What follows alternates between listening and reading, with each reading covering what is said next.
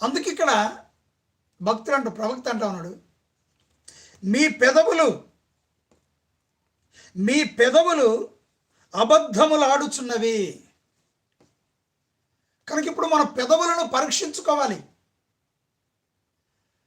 మన పెదవుల నుంచి వచ్చేట మాట ఇతరులకు బాధ కలిగిస్తుందా, ఇతరులను అవమానపరుస్తుందా, హేళన చేస్తుందా, అపహాస్యం చేస్తుందా,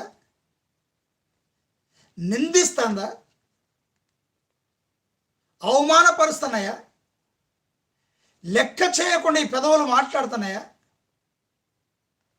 లేకపోతే ఈ పెదవుల్లో నిజం వస్తుందా, లేకపోతే అబద్ధములు పలుకుతున్నామా? మనం పరీక్షించుకోవాలి.